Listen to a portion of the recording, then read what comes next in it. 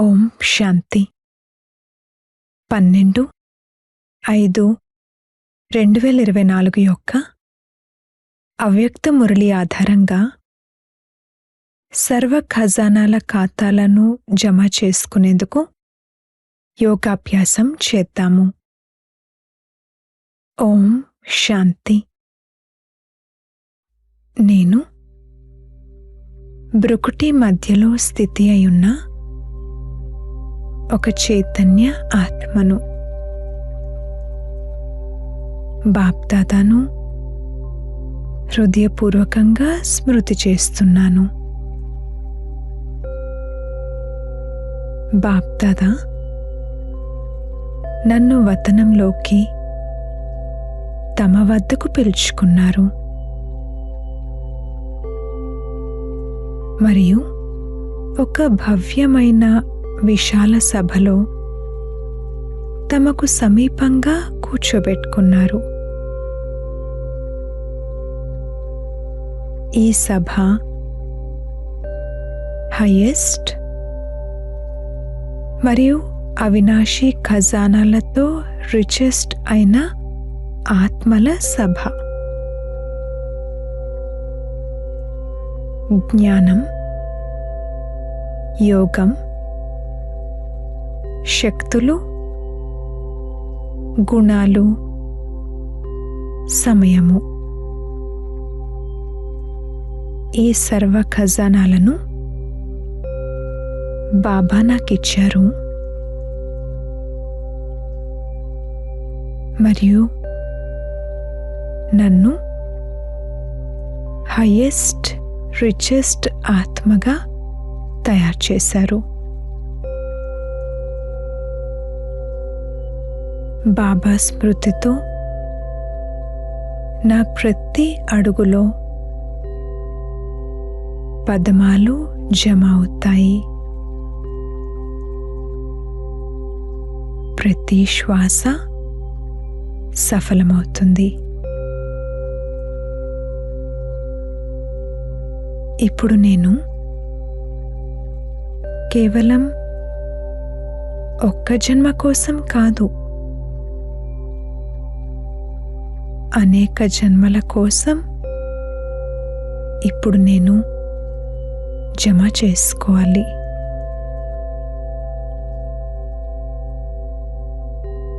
జమ చేసుకునేందుకు బాబా వినిపించిన విధి బిందు పెట్టడం. డ్రామాలో ఏదైతే గతించిపోయిందో ఇప్పుడిక దానికి ఫుల్ స్టాప్. ఇప్పుడిక నేను ప్రశ్నార్థకాన్ని లేక ఆశ్చర్యార్థకాన్ని పెట్టి ఖజానాలను పోగొట్టుకోను.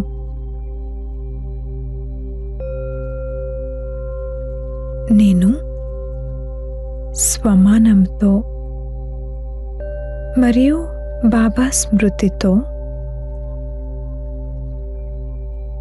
వ్యర్థానికి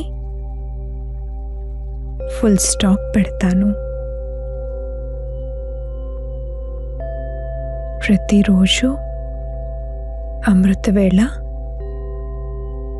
3 బిందువుల స్మృతి తిలకం పెట్టుకుని వ్యర్థానికి బిందువు పెడతాను.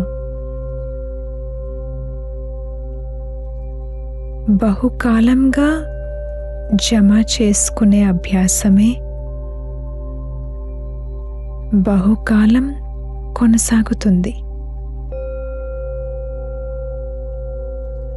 నేను ప్రతి క్షణాన్ని సఫలం చేసుకోవాల్సిందే.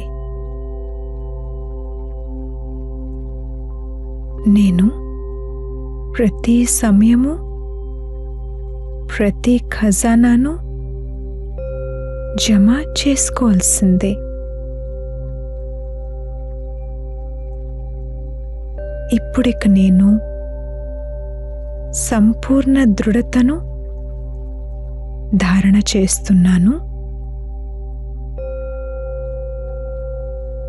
ఇప్పుడిక నేను చేయాల్సిందే.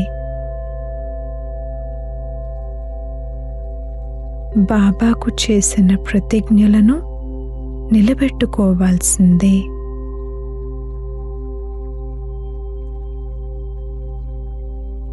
నేను చేసిన సంకల్పాలను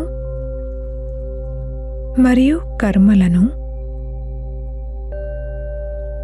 ప్లాన్ను మరియు ప్రాక్టికల్ను రెండింటినీ నేను సమానంగా చెయ్యాల్సిందే. సమయం యొక్క సమాప్తి అకస్మాత్తుగా జరగనున్నది. ఇప్పుడిక నేను సమయాన్ని ఆధారంగా చేసుకోకూడదు. సమయం కోసం ఎదురు చూడకూడదు. నేను సమయం కంటే ముందే సంపన్నంగా మరియు సంపూర్ణంగా అవ్వాల్సిందే.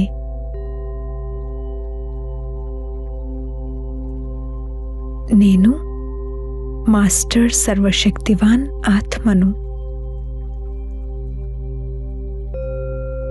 నాకు ఏ విషయమూ కష్టమనిపించదు. ఎందుకంటే స్వయంగా బాబా నాతో ఈ విధంగా అంటున్నారు, బచ్చే, మీ వద్ద ఏదైతే భారం ఉందో అది బాబాకు ఇచ్చేసేయండి. నా మనసులో ఏదైతే భారం ఉందో, బరువు ఉందో దానంతటినీ ఇప్పుడు నేను బాబాకు అర్పించేశాను. ఆ యజమానికి అప్పచెప్పేశాను. చేసేవారు చేయించేవారు అయినా ఆ స్వామికి అర్పణ చేశాను. ఇప్పుడిక నేను పూర్తిగా తేలిగ్గా అయిపోయాను. ఒక దృశ్యాన్ని ఎదురుగా చూస్తున్నాను. ఇనుమును కాల్చే ఒక అగ్ని భట్టి నా ఎదురుగా ఉంది.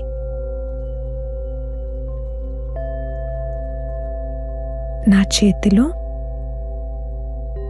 ఒక దృఢమైన ఇనుము కడ్డీ ఉంది. ఈ ఇనుము కడ్డీను నేను ఆ అగ్ని భట్టి యొక్క రగులుతున్న అగ్నిలో పెట్టాను.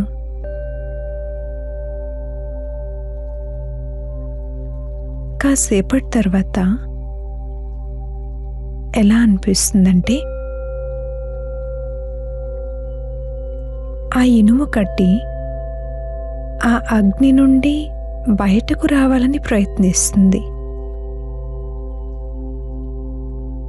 కానీ నేను నా దృఢ సంకల్పంతో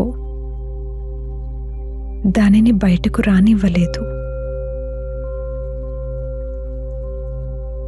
ఇప్పుడు ఎలా అనుభూతి అవుతుందంటే,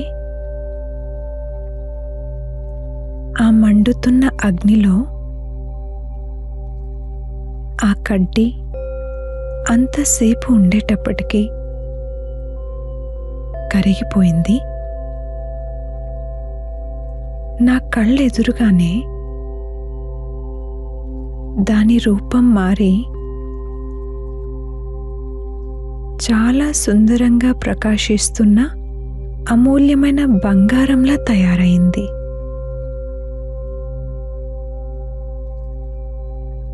ఈ కఠినమైన ఇనుము కడ్డి నా జన్మ జన్మల కఠినమైన సంస్కారాలకు మరియు కర్మభోగానికి గుర్తు. ఇనుమును కాలుస్తున్న ఈ అగ్ని యోగాగ్నికి గుర్తు. నేను దృఢత్వంతో బహుకాలపు అభ్యాసంతో తపన అనే అగ్నితో నా సంస్కారాలను మలుచుకునే ఆత్మను. నేను కష్టాన్ని సహజం చేసే ఆత్మను. నేను ప్రతి విషయాన్ని పాజిటివ్ రూపంలో చూసే ఆత్మను.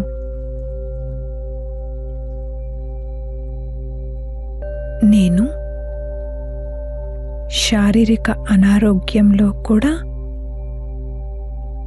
సంతోషంగా ఉండే ఆత్మను.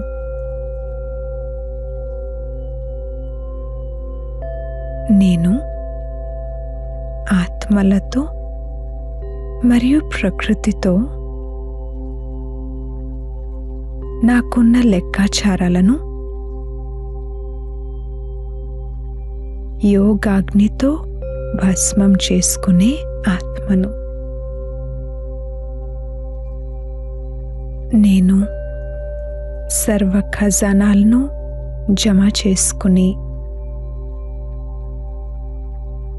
పాస్ విత్ ఆనర్గా అయ్యే ఆత్మను. ఓం శాంతి.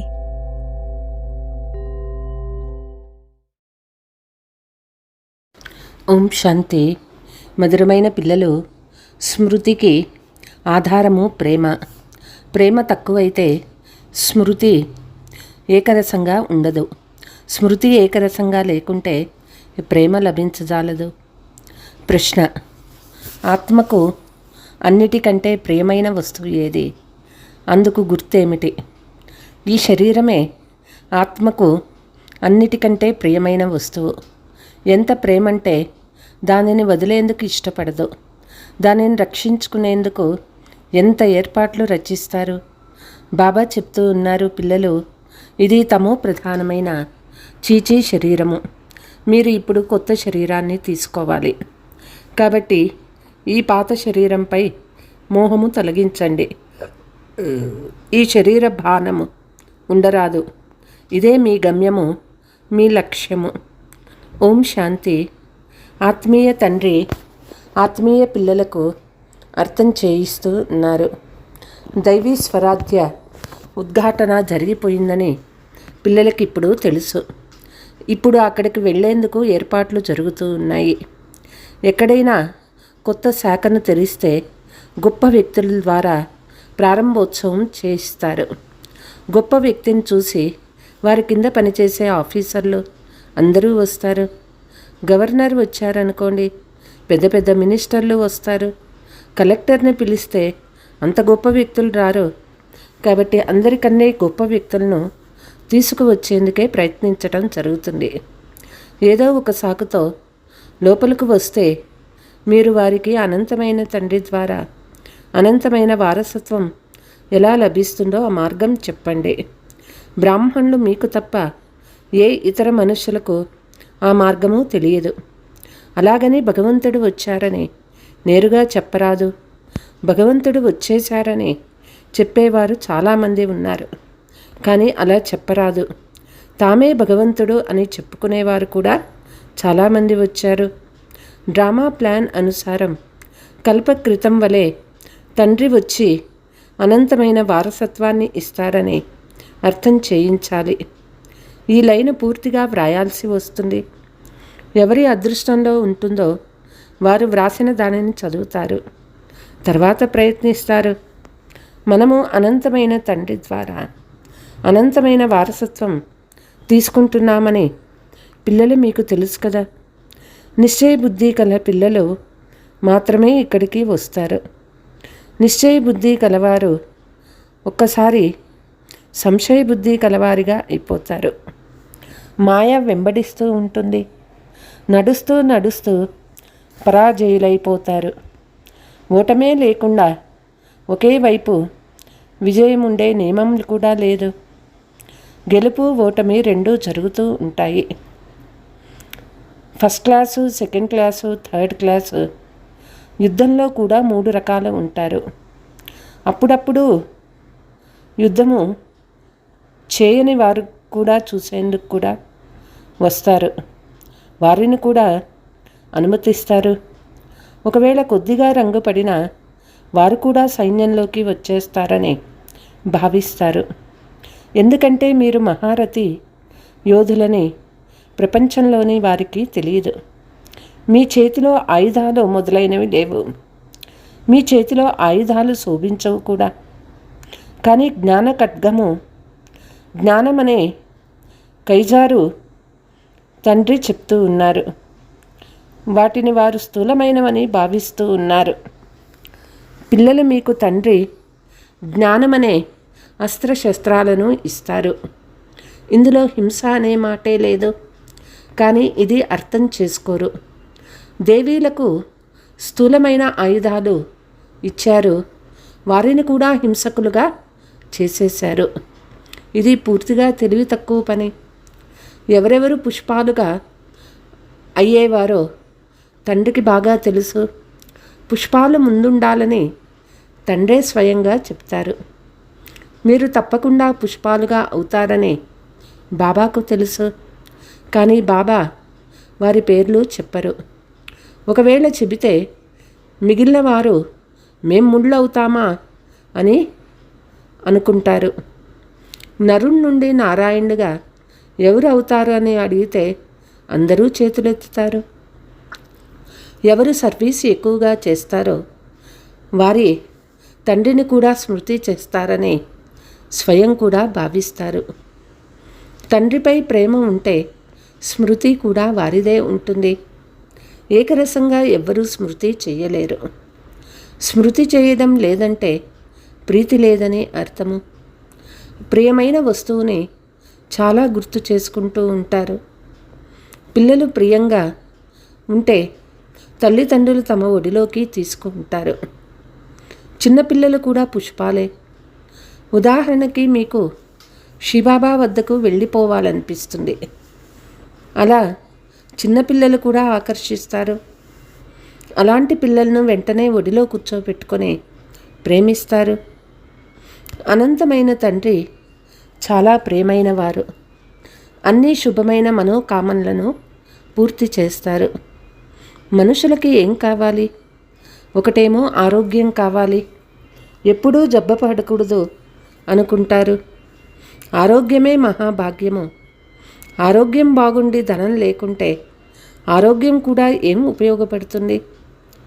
ఆరోగ్యం తర్వాత సుఖంగా ఉండేందుకు ధనం కావాలి.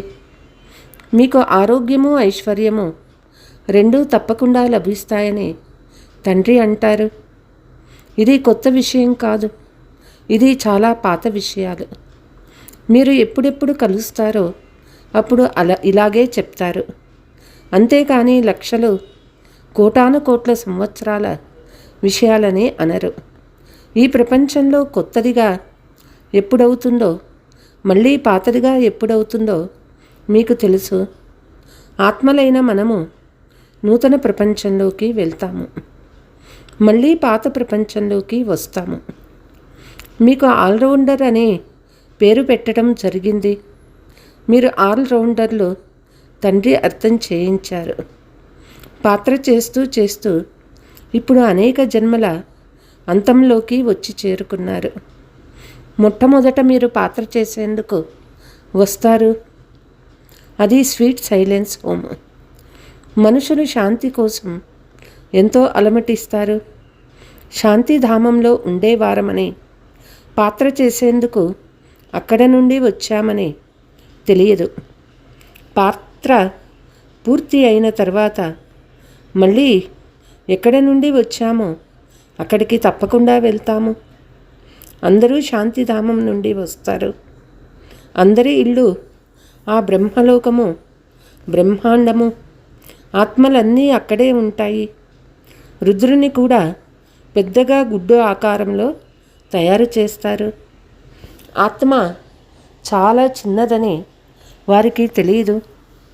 నక్షత్రంలాగా ఉంటుందని కూడా అంటారు. కానీ పెద్ద లింగానికే పూజలు చేస్తారు. ఇంత చిన్న బిందువుకి పూజ చేయడం వీలు పడదని మీకు తెలుసు. పూజలు ఎవరికి చేయాలి? అందుకే పెద్దదిగా చేసి పూజలు చేస్తారు, పాలాభిషేకం చేస్తారు. వాస్తవానికి ఆ శివుడు అభోక్త అయినా వారికి పాలాభిషేకం ఎందుకు చేస్తారు? పాలు తాగితే అతడు భోక్త అవుతాడు కదా. ఇది కూడా ఒక అద్భుతం. మేము వారికి వారసులం, వారు మాకు వారసులు అని అందరూ అంటారు. ఎందుకంటే మేము వారికి బలిహారి అయ్యాము. ఎలాగైతే తండ్రి పిల్లలకు బలిహారి అయిన కారణంగా పూర్తి ఆస్తిని పిల్లలకు ఇచ్చి వానప్రస్థానికి వెళ్ళారో, అలా ఇక్కడ కూడా తండ్రి వద్ద ఎంత జమ చేసుకుంటామో అంత సురక్షితమైపోతుందని మీకు తెలుసు. కొందరిది మట్టిలో కలిసిపోతుంది, గాయనం కూడా ఉంది. ఏదీ ఉండదని మీకు తెలుసు. అన్నీ భస్మమైపోవాల్సిందే. విమానాలు కింద పడిపోతే, వినాశనం జరిగితే దొంగలకు ధనం లభిస్తుందని కూడా కాదు. ఎందుకంటే దొంగలు మొదలైన వారు కూడా అంతమైపోతారు.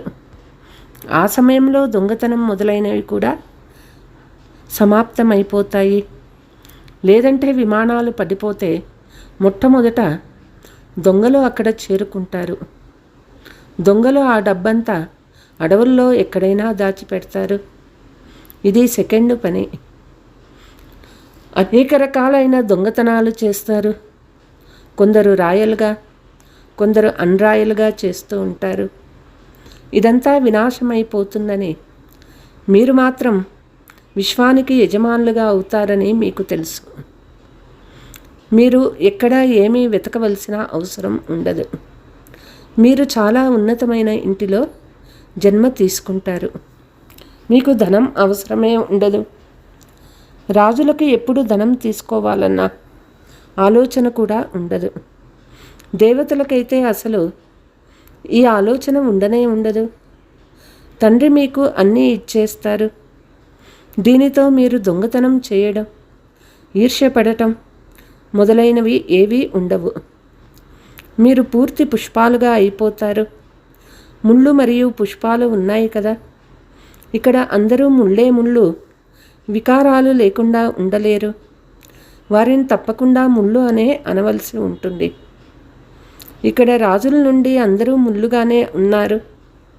అందుకే బాబా అంటూ ఉన్నారు, నేను మిమ్మల్ని లక్ష్మీనారాయణుల వలె చేస్తాను, అంటే రాజాదిరాజుగా చేస్తాను.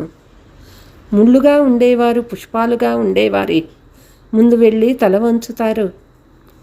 లక్ష్మీనారాయణులు తెలివైన వారు కదా. సత్యయుగం వారిని మహారాజులని, త్రేతాయుగం వారిని రాజులంటారని బాబా తెలియచేశారు. గొప్పవారిని మహారాజులని, వారికంటే తక్కువ సంపాదన గలవారిని రాజులని అంటారు. మొదట మహారాజుల దర్బారు జరుగుతుంది. పదవులంటూ ఉన్నాయి కదా.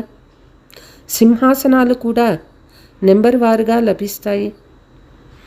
అనుకోకుండా ఎవరైనా వస్తే ముందు వారికి కుర్చీ ఇస్తారు. గౌరవించవలసి ఉంటుంది. మన మాల తయారవుతుందని మీకు తెలుసు. ఇది కూడా పిల్లల మీ బుద్ధిలో తప్ప మరెవ్వరి బుద్ధిలో లేదు. రుద్రమాలని తిప్పుతూ ఉంటారు. మీరు కూడా తిప్పేవారు కదా. అనేక మంత్రాలను జపించేవారు. ఇది కూడా భక్తేనని తండ్రి చెప్తూ ఉన్నారు. ఇక్కడైతే ఒక్కరిని స్మృతి చేయాలి. ముఖ్యంగా తండ్రి చెప్తూ ఉన్నారు, మధురాతి మధురమైన పిల్లలు, దేహాభిమానం కారణంగా భక్తి మార్గంలో మీరు అందరినీ స్మృతి చేసేవారు ఇప్పుడు తండ్రిని ఒక్కరినే స్మృతి చేయండి. ఒక్క తండ్రి లభించారు కనుక కూర్చున్నా లేచినా ఆ తండ్రినే స్మృతి చేస్తూ చాలా సంతోషం కలుగుతుంది. తండ్రిని స్మృతి చేయడం వల్ల మొత్తం విశ్వరాజ్యమంతా లభిస్తుంది. సమయం ఎంత తగ్గిపోతూ వస్తుందో అంత త్వరగా తండ్రిని స్మృతి చేస్తూ ఉంటారు. రోజు రోజుకు అడుగు ముందుకు వేస్తూ ఉంటారు. ఆత్మ ఎప్పటికీ అలసిపోదు. శరీరంతో ఏదైనా పర్వతం మొదలైన వాటిపైకి ఎక్కితే అలసిపోతారు. తండ్రిని స్మృతి చేస్తే ఏ అలసట కలగదు, సంతోషంగా ఉంటారు. తండ్రిని స్మృతి చేస్తూ ముందుకు వెళ్తూ ఉంటారు. శాంతిధామానికి వెళ్ళాలని పిల్లలు అర్ధకల్పము శ్రమించారు. లక్ష్యం గురించి కొద్దిగా తెలియదు. ఇప్పుడు మీకు తండ్రి పరిచయం ఉంది. భక్తి మార్గంలో ఎవరి కోసమైతే ఇంత చేశారో వారే అంటూ ఉన్నారు, ఇప్పుడు నన్ను స్మృతి చేయండి. బాబా చెప్పేది నిజమో కాదో మీరే ఆలోచించండి. నీటి ద్వారా పావనంగా అయిపోతామని వారు భావిస్తారు. నీరు ఇక్కడ కూడా ఉంది కదా, ఇదేమైనా గంగా నీరా? కాదు, ఇది వర్షం ద్వారా చేరిన నీరు. సెలయేర్ల నుండి ప్రవహిస్తూనే ఉంటుంది. దీనిని గంగా అని అనరు. ఎప్పుడూ ఆగిపోదు. ఇది ప్రాకృతిక నియమము. వర్షం ఆగిపోయినా నీరు మాత్రం ప్రవహిస్తూనే ఉంటుంది. వైష్ణవులు ఎప్పుడూ బావి నీటినే తాగుతారు. ఒకవైపు ఇది పవిత్రమైపోతుందని భావిస్తారు, మరోవైపు పతిత్ నుండి పావనంగా అయ్యేందుకు గంగా స్నానం చేసేందుకు వెళ్తారు. దీనిని అజ్ఞానమనే అంటారు కదా.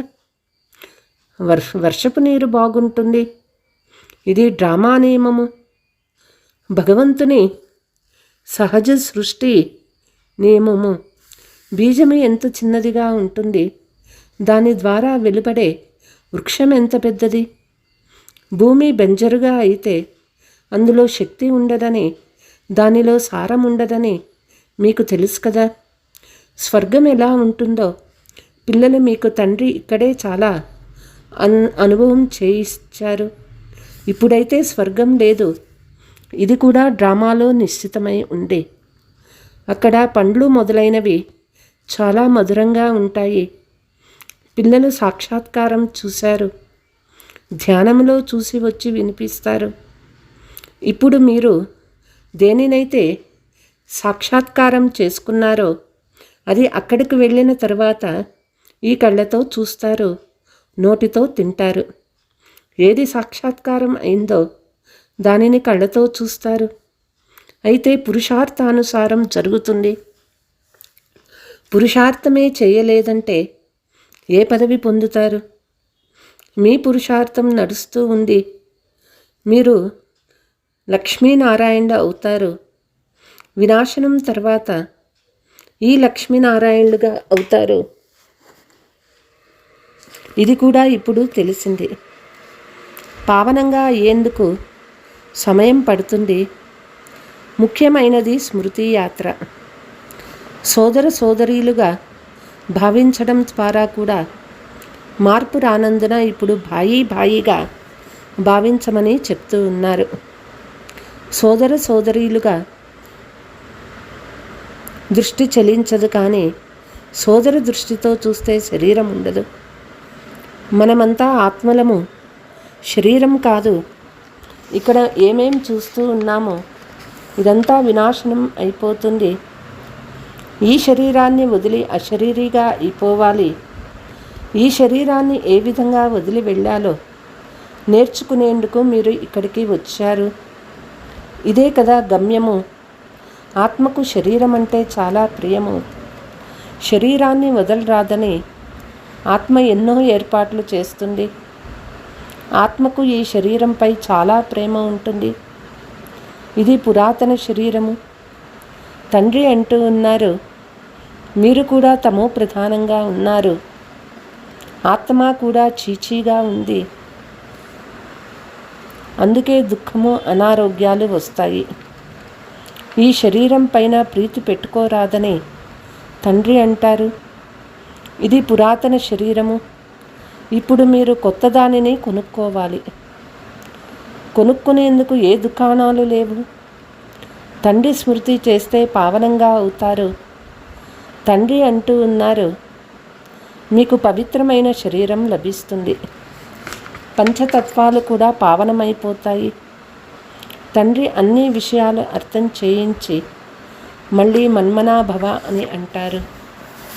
అచ్చా, मीठे मीठे सिकीलते बच्चों प्रति मात पिता बाप दादा का याद प्यार और गुड मॉर्निंग. रूहानी बाप की रूहानी बच्चों को नमस्ते. हम रूहानी बच्चों की रूहानी मात पिता बाप दादा को याद प्यार गुड मॉर्निंग नमस्ते नमस्ते. ధారణ: శివబాబాకు మనం వారసులం, వారు మనకి వారసులు. ఈ నిశ్చయంతో తండ్రిపై పూర్తిగా బలిహారీ అవ్వాలి. బాబా దగ్గర ఎంత జమ చేసుకుంటారో అంత సురక్షితమై ఉంటుంది. కొందరిది మట్టిలో కలిసిపోతుంది అని చెప్తారు కదా. ముళ్ళు నుండి పుష్పాలుగా ఇప్పుడే తయారవ్వాలి. ఏకరస స్మృతి మరియు సర్వీస్ ద్వారా తండ్రి ప్రేమకు అధికారులుగా అవ్వాలి. రోజు రోజుకు స్మృతిలో అడుగు వేసేందుకు అడుగు ముందుకు వేస్తూ ఉండాలి. వరదానము: మీ పురుషార్థం యొక్క విధిలో సొంత ప్రగతిని అనుభవం చేసే సఫలతా నక్షత్రాలుగా అవ్వండి. ఎవరైతే తమ పురుషార్థం యొక్క విధిలో సొంత ప్రగతిని లేక సఫలతను అనుభవం చేస్తారో వారే సఫలతా నక్షత్రాలు. వారి సంకల్పంలో సొంత పురుషార్థం పట్ల ఎప్పుడూ ఏమవుతుందో లేదో తెలియదు. చేయగలమో చేయలేమో అసఫలత యొక్క అంశం కూడా ఉండదు. స్వయం పట్ల సఫలతను అధికార రూపంలో అనుభవం చేస్తారు. వారికి సహజంగా మరియు స్వతహాగా సఫలత లభిస్తూ ఉంటుంది. స్లోగన్: సుఖస్వరూపులుగా అయ్యి సుఖమిస్తే పురుషార్థంలో అదనంగా ఆశీర్వాదాలు కలుస్తాయి. అచ్చా, ఓం శాంతి.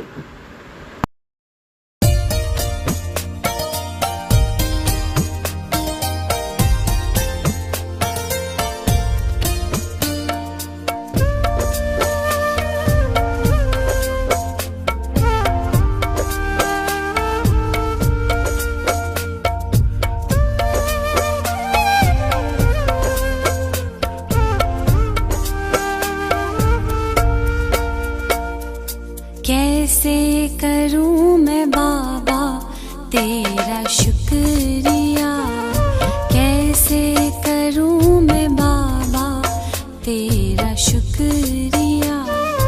झोली भर दी खुशियों से, झोली भर दी खुशियों से, सारा मेरा दुख लिया. कैसे करूं मैं बाबा तेरा शुक्रिया, कैसे करूं मैं बाबा तेरा शुक्रिया.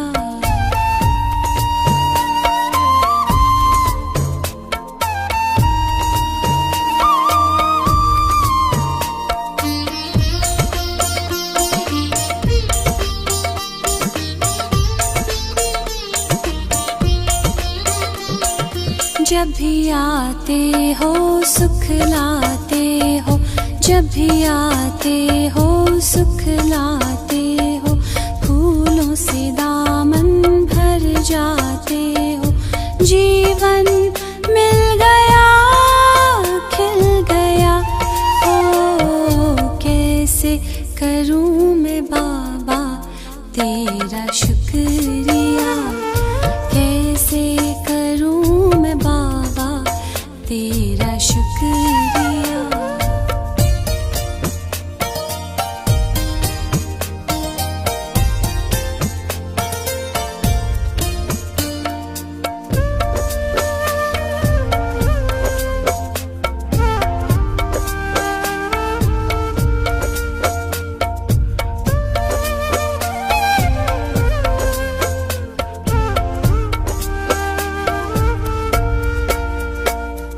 सूक्ष्म वतन में बाबा जो बुलाए, झूला झुलाए गोदी में बैठाए। सूक्ष्म वतन में बाबा जो बुलाए, झूला झुलाए गोदी में बैठाए। सब कुछ मिल गया, मिल गया। ओ कैसे करूं मैं बाबा तेरा शुक्रिया, कैसे करूं मैं बाबा तेरा